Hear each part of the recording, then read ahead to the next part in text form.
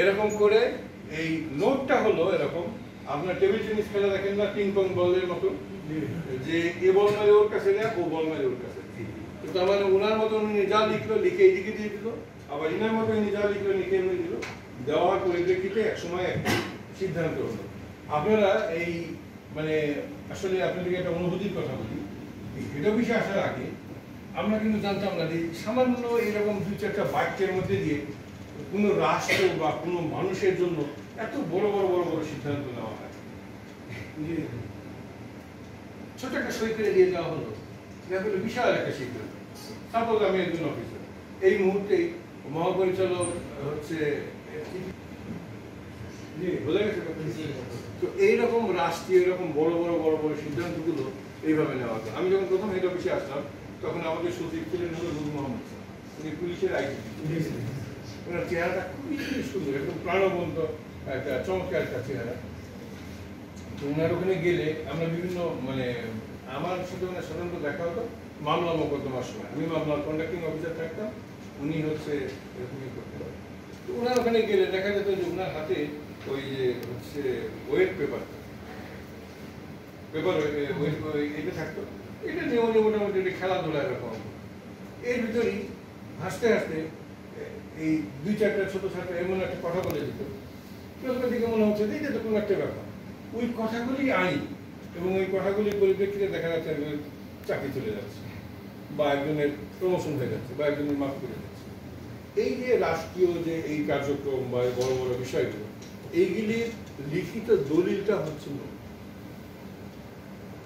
উনি যে মুখে যে কথাটি বলেন, ওনার সহকারী বা কেউ না কেউ ওই কথাটি এই এক লাইন দুই লাইনে টুসপেল লিখে লেখার পর উনি যখন স্বাক্ষর করে তখন সেটাই হয়ে যায়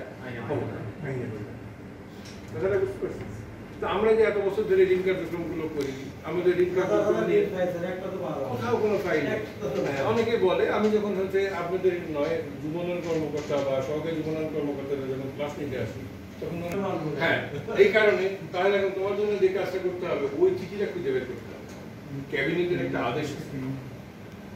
এই জিনিসটা আমরাও জানতাম না। আমাদের এখানে যখন একজন ডিজি আসলো, নাম হলো ফারুক হোসেন, নাম দেখতো না, ওই যে নেত্রকোনা বাড়ি লম্বা করে, উনি এসে সকল কার্যালয়ে একটা অফিস আদেশ করে দিল যে সেটি হলো নোট হবে A4 সাইজ আর নোটের কালার হবে সাদা।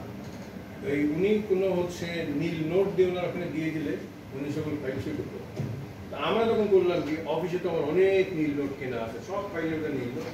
আমরা তখন করলাম কি A4 এর সাইজ দিয়ে ওই এন্টি কার্ডের দিয়ে কেটে কেটে সব ওইটা সাইজ করে রেখেছি। তো নোট শিটটা হবে সাদা এরকম। এখন অনেকে বলেন যে সাদা কাগজে নোট লেখা যেতে পারে কিনা, অবশ্যই সাদা কাগজে নোট লেখা যেতে পারে, কোনো সমস্যা নেই। তবে ওই নোটের এই যে বাম দিকে, নোটের কিন্তু একটা হিসাব আছে, বাম দিকে কতটুকু থাকে, 1.5 বা 1.2 ইঞ্চি হলেও হয়। ওপরে নিচে এই পরিমাণ জায়গা এখানে লিখতে হবে, আর এই পাশে একটু কম্পারেটিভলি কম জায়গা থাকতে হবে। এইরকম পরিমাণ জায়গা রেখে আপনারা যদি কি বলে যেন কলম দিয়ে দাগ দিয়ে টেনে নেন, দাগ থাকতে কষি থাকতে হবে, যদি নেন তাহলে সমস্যা নেই, সাদা কাগজেও নোট লেখা হবে। আবার যদি ছাপানো নোট নিতে চান যে নিতে পারেন, তবে নোট হবে অবশ্যই সাদা কালারের এবং A4 সাইজের। এখন আপনার যুবনয়ন কর্মকর্তা শুনেন, আপনার যুবনয়ন কর্মকর্তা কি বললো ওইটাতে তো সরকার আইন চেঞ্জ করবে না, তবে আপনার কোন অফিস এটা তারাই কিশোর। তো আমি যদি কখনো কিশোরগঞ্জে ভ্রমণ করি আর যদি তারাই উপজেলাতে যায়, তাহলে ওই উপজেলা যুবনয়ন কর্মকর্তাকে আমি জানিয়ে আসবো যে উনি ভুল করছেন, এবং আমি এসে অফিসে যে রিপোর্ট দেবো যে সরকারি আদেশ উনি প্রতিপালন করেন না। ওই যুবনয়ন কর্মকর্তাকে আপনি আমার সাথে কথা বলতে পারবেন, আমার নাম তো জানেন, শাহিন স্যার বলছে যে এইটা